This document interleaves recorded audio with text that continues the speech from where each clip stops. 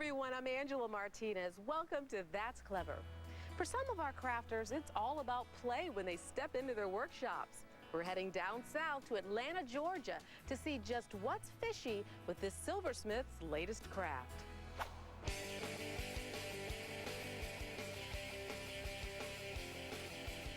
Hi, I'm Victoria Lansford, and this is my son Skylar.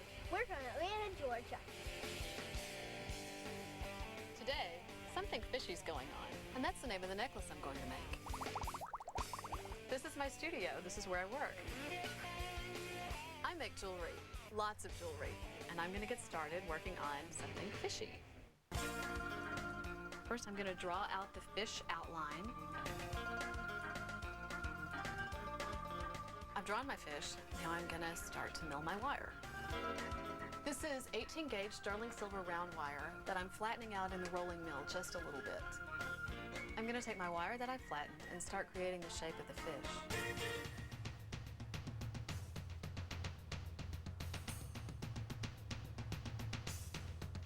Once I have the silver outline, I'm ready to fuse it to a sheet. Time to fire up the torch. Instead of using solder, I'm actually melting the surface of the sheet and the bottom edge of the wire to fuse together. This will enable me to add little granules to make the fish stripes after the body is together. We have fusion. Now I have to quench it and stick it in the pickle to get rid of the oxidation. Now I have to make my granules. I'm using clean scrap 24 gauge sheet and cutting it into tiny little pieces. I'm spreading out all the chips of sterling. When the torch hits them, they ball up in perfect little spears. I'm going to rake the granules off onto a piece of paper and transfer them to a tea strainer that I can use to pickle them in. This is a homemade granule sorter that a friend of mine told me how to make. And the containers are nested together so I can shake them and sort them to the size I need. Once I have the granules the size I need, I'm ready to put them on my fish. But first, I have to trim away the excess sheet. This is a 22 karat cut bezel that I've made, soldered down to a sheet of sterling for the eye. I'm going to set it here while I put my granules on so I make sure I leave room for it later.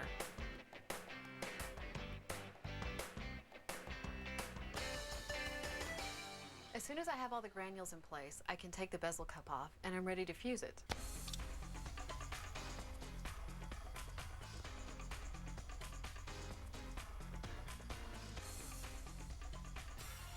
I pickled it, quenched it, and dried it. Now I'm ready to solder the bezel cup on and add my findings for the back and a bail to put the chain through. I'm going to flow solder on the backs of the bezel cup and the pin backs and the bail. First I have to flux them. I'm going to use medium silver solder on the bezel cup and easy silver solder on the other findings. And I'm going to flux the fish in all the places where I have to solder these pieces down.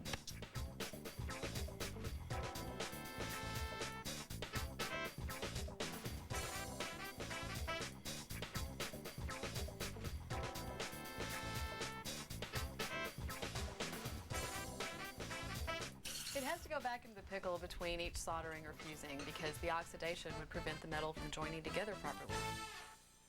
And now that everything is fused and soldered down, I'm ready to polish the edge and cut out this negative space.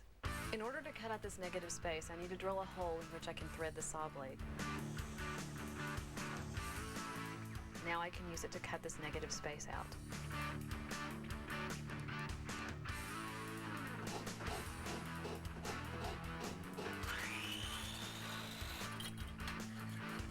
I'm filing to smooth out the edge from sawing it. It doesn't have to be absolutely perfectly polished, but I do have to have a nice shape.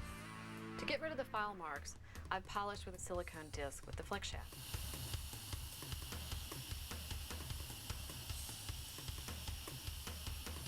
Now I have to depletion gild the silver. Sterling is actually an alloy of copper and fine silver. As I work on the piece, some of the copper molecules come to the surface and they'll start to oxidize. So what I have to do now is heat it up to a low temperature and pickle it several times in order to get a layer of fine silver on top.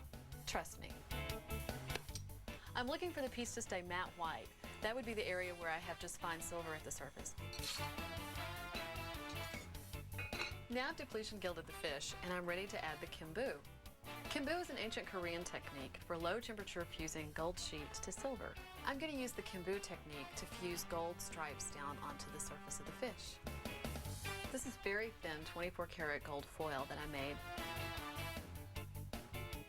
I'm actually burnishing the gold down, and as long as the piece stays hot enough, the gold sticks. Now I'm ready to set the stone for the eye. In order to make the stone show up, I need it to sit up a little higher in the bezel cup, so that's why I put the wire inside.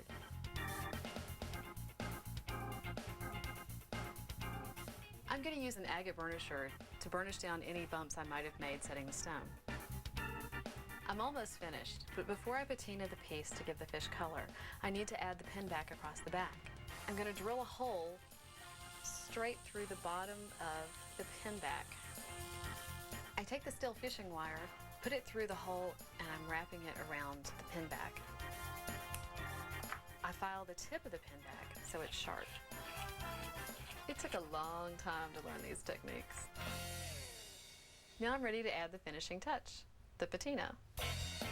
I'm going to use liver of sulfur, which is really horrendously smelly, to give color to the fish. I'm dipping the fish in warm water, and then I'm going to paint the liver of sulfur on. It takes several times to get the right color. To stop the action, I dip it in cold water.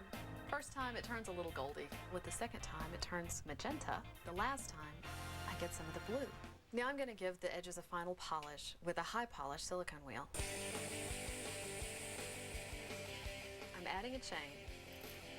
And now I've made something beautiful, something fishy. Coming up with a little helping hand, It's all assembled. this proud mom from Bismarck, North Dakota stakes her claim on a clever idea for her vegetable garden. But first, this Canadian artist's brush with wool, silk, and embroidery is inspiring an accessory perfect for any occasion. Next